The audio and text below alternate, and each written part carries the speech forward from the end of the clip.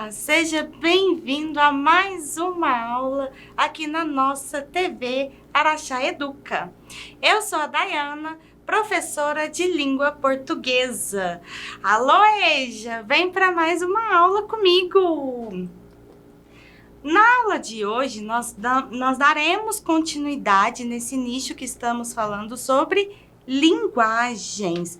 Mas antes disso, vamos retomar aqui o que foi visto na aula anterior. Você se lembra? Nós vimos sobre comunicação e interação.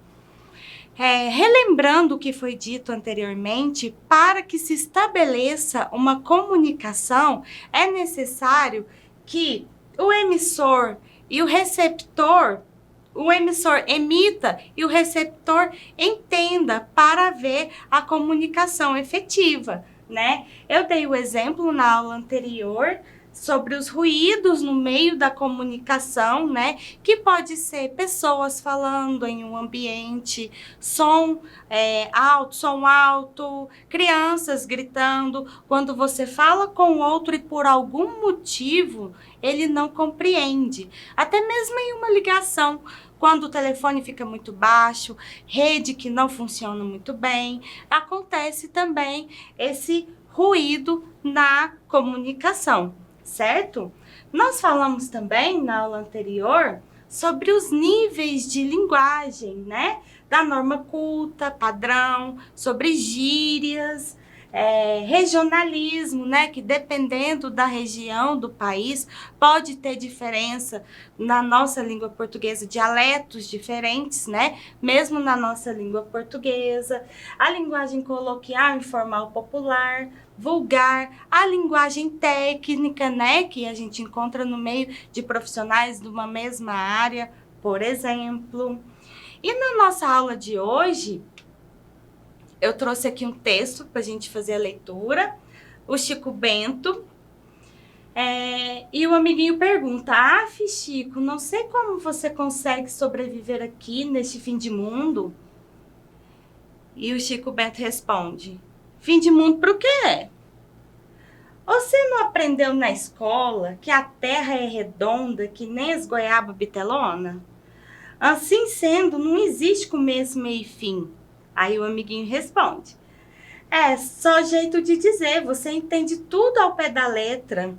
Quem costuma ler as historinhas em quadrinhos, né, do Chico Bento, da Turma da Mônica, vai compreender que o Chico Bento sempre entende mesmo tudo ao pé da letra, né? O que eu quero trazer para vocês é sobre linguagem formal e linguagem informal. Em quais situações nós utilizamos essa linguagem? Uma curiosidade é que nós, seres humanos, somos capazes de adequar a nossa linguagem conforme o contexto, né? Por exemplo, com os amigos, com a família, a gente fala, nós falamos, né? Mais à vontade, sem se preocupar tanto com a norma culta da nossa língua. Já em uma entrevista de emprego ou falando com o chefe, nós costumamos prestar mais atenção na nossa linguagem. Você já percebeu isso? Vamos ver então? A linguagem formal. A linguagem formal, né, ela vai seguir rigorosamente as regras gramaticais, né? Vai seguir a norma culta da língua portuguesa, né? A pronúncia clara e correta das palavras, o vocabulário rico e vastos. E também nós vamos nos preocupar mais com a concordância, tempos verbais, não é mesmo? Onde a linguagem formal é aplicada? Em salas de aulas, conferências, palestras, seminários, né? Em uma palestra, o palestrante vai se preocupar com a norma padrão da língua portuguesa, né? Com uma linguagem mais formal, dentro do padrão da língua para que todos possam compreender, né? Em documentos oficiais, cartas, requerimentos, né? Os seus documentos, por exemplo, seus documentos de registro, a sua carteira de trabalho, vai conter uma linguagem mais formal, não é mesmo? em reuniões de trabalho e entrevistas de emprego, né? Em uma reunião de trabalho ou em uma entrevista de emprego, nós vamos sim nos preocupar com a norma padrão da língua portuguesa, em falar corretamente, né? Até que pode ser para causar uma boa impressão, não é verdade?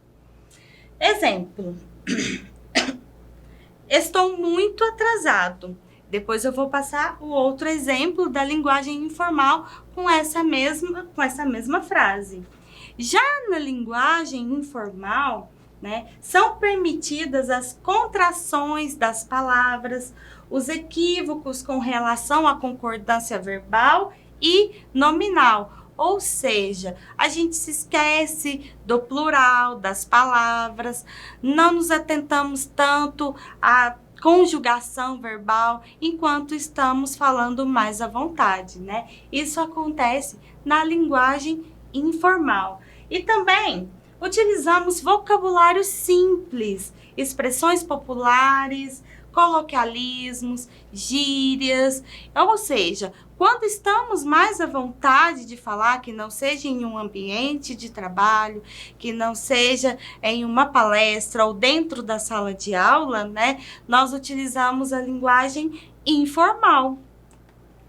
A linguagem informal, ela pode ocorrer em conversas do dia a dia, mensagens de celular. Aliás, em mensagens de celular nem se preocupa tanto em ativar o corretor ortográfico, não é verdade? Em redes sociais, que também cabem, né, a essas mensagens, em comentários, publicações.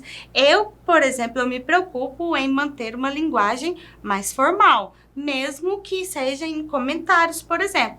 Mas eu sou professora. Outras pessoas que não são desse meio, que buscam, né, passar uma imagem sobre a língua portuguesa, não se preocupa tanto. Um exemplo, lembra do exemplo que eu dei anteriormente? Eu estou atrasado. Na linguagem informal, eu posso dizer, caramba, estou muito atrasado. Percebam que aqui, ó, eu contraí o verbo, o estou, e ele ficou tô. Adequação linguística. Como eu falei anteriormente, nós, seres humanos, somos capazes de adequar a nossa linguagem de acordo com o contexto, né? É a habilidade que os falantes possuem de adaptar a linguagem de acordo com a necessidade do momento. Podemos optar por dois diferentes registros da língua portuguesa. A linguagem formal, que é a linguagem padrão, ou a linguagem informal, que é a linguagem mais popular, também conhecida como linguagem coloquial. Cada uma dessas variedades deve ser empregada em situações específicas, ambas sem distinção. Funcionam bem, cumprindo papéis específicos na comunicação. Então, percebam, para se estabelecer, lembra da nossa aula sobre comunicação e interação? Para se estabelecer uma comunicação, é necessário que o emissor fale e o interlocutor, o que está recebendo, o receptor, compreenda o que ele disse. E o que ele disser, o emissor também compreenda, certo? E seja numa linguagem formal ou numa linguagem informal. Isso vai depender do contexto em que estivermos. Vejam bem, eu trouxe aqui mais um texto, né? Uma parte da história em quadrinho do Chico Bento, só que agora o Chico Bento moço. Eu também cresci, né? Assim como o Chico Bento, assim como a turma da Mônica, e vejam bem a linguagem dele agora. Mas, voltando ao rumo da minha estrada, fazer uma escolha é como olhar para o céu estrelado. São muitas possibilidades. Perceberam que agora o Chico Bento moço não fala mais como ele falava quando criança? Aquela linguagem do interior. Perceberam? O que aconteceu? O Chico Bento, assim como toda a turma da Mônica, foram para a faculdade, foram estudar e Curiosamente, o Chico Bento fez o curso de pedagogia. Engraçado, né?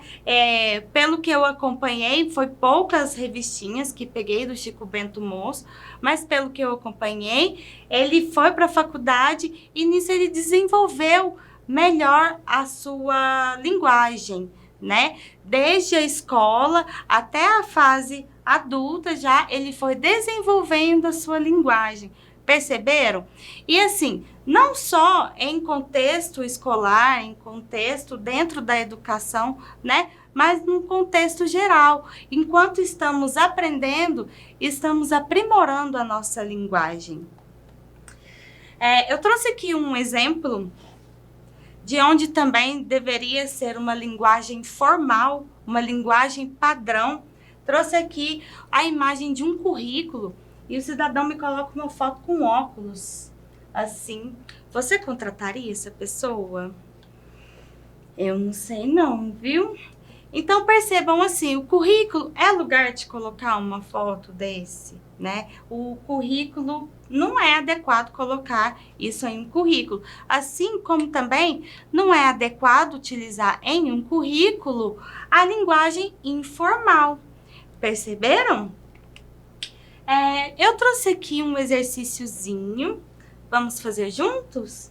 Ó, que linguagem devemos usar nas seguintes situações sociais? Na letra A, falando sobre política num canal de televisão.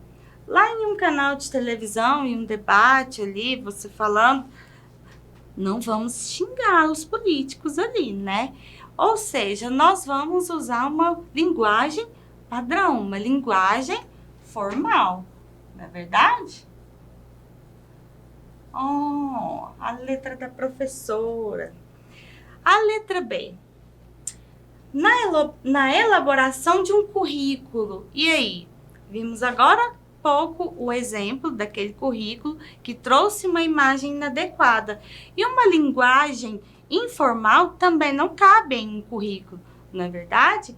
Ou seja, na elaboração de um currículo, utilizaremos também uma linguagem mais formal. A letra C. Em uma mensagem de texto para um amigo. Aqui já não precisamos nos preocupar tanto, né, com a linguagem mais formal. Podemos usar gírias, apelidos, não é verdade? Ou seja, em uma mensagem para um amigo, podemos utilizar a linguagem informal. E em uma mensagem de texto para o chefe? Bom, eu me preocuparia em enviar uma mensagem de texto para um chefe, para alguém superior, com uma linguagem mais adequada, né? Ou então, podemos utilizar a linguagem formal. E em uma entrevista de emprego? Também devemos nos preocupar.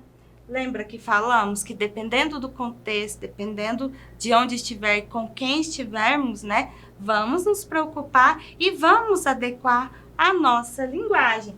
Em uma entrevista de emprego, então, é de bom tom utilizar a linguagem formal. E é isso. Esses são os créditos, as referências das nossas imagens, das imagens utilizadas na aula de hoje. Bons estudos e até a próxima aula. Se cuidem!